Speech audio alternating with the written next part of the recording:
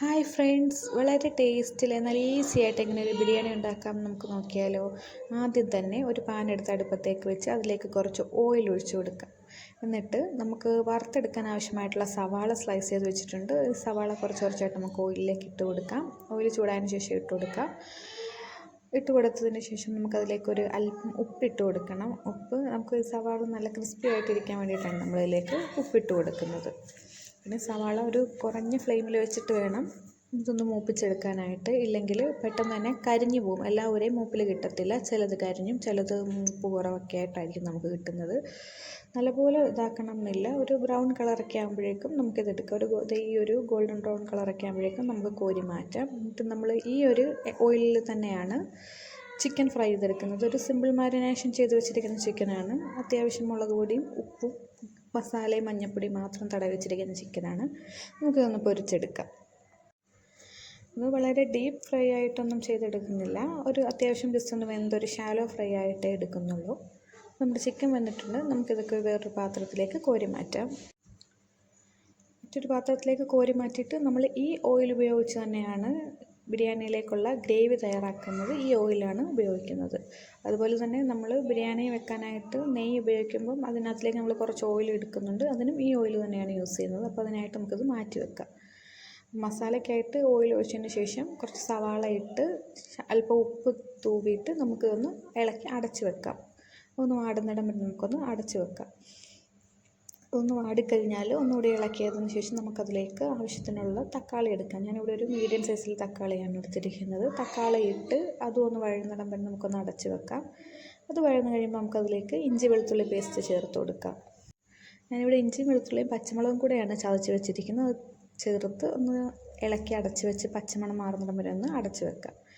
അതിനുശേഷം നമുക്കതിലേക്ക് ആവശ്യത്തിനുള്ള മസാല ചേർത്ത് കൊടുക്കാം. മഞ്ഞൾപ്പൊടി, മുളക് പൊടി, മല്ലിപ്പൊടി, പെരുംജീരകപ്പൊടി, അതുപോലെ തന്നെ നമ്മുടെ ബിരിയാണി മസാല, ഒരല്പം കുരുമുളക് പൊടി, എല്ലാം അല്പം മതി. ഒരു 1/4 ടീസ്പൂൺ അളവിൽ മതി. ഒത്തിരി മസാലപ്പൊടികൾ നമുക്കതിലേക്ക് ആവശ്യമില്ല.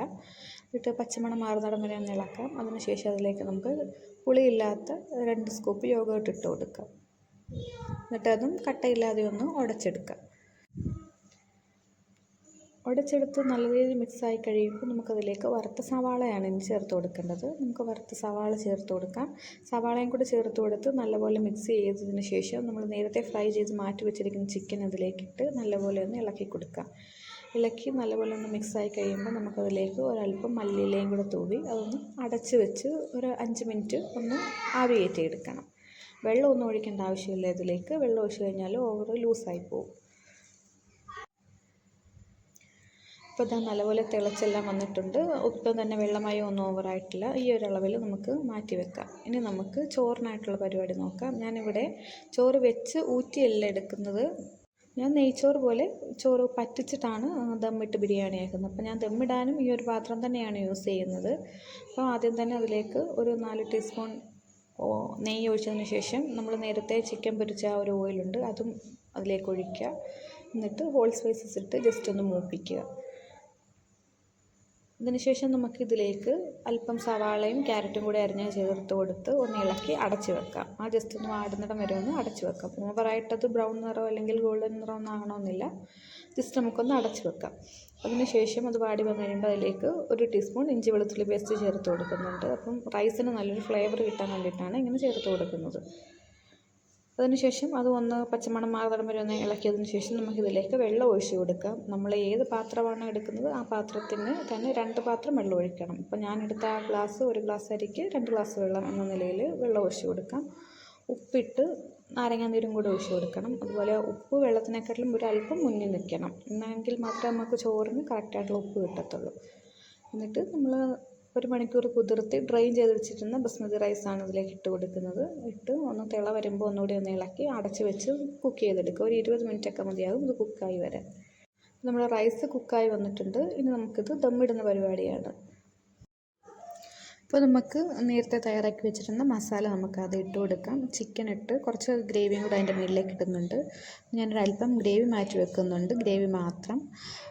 ഗ്രേവിയുടെ മുകളിലേക്ക് അത് കഴിഞ്ഞ് മല്ലിയിലയും അല്പം വറുത്ത സവാളയും കൂടി ഇട്ട് കൊടുക്കുന്നു. പിന്നെ ഫസ്റ്റ് റൗണ്ട് റൈസ് നമ്മൾ അതിൻ്റെ മുകളിലേക്ക് ഇട്ട് കൊടുക്കുന്നുണ്ട്. അതിനുശേഷം നമ്മൾ മാറ്റി വെച്ച മസാലയിൽ നിന്ന് ഒരല്പം ഇട്ട് കൊടുക്കുന്നുണ്ട്. ഇത് നമ്മുടെ ഇടയ്ക്കുള്ള റൈസിനൊക്കെ ആ ഒരു ഫ്ലേവർ, മസാലയുടെ ഫ്ലേവർ കിട്ടാൻ വേണ്ടിയിട്ടാണ്.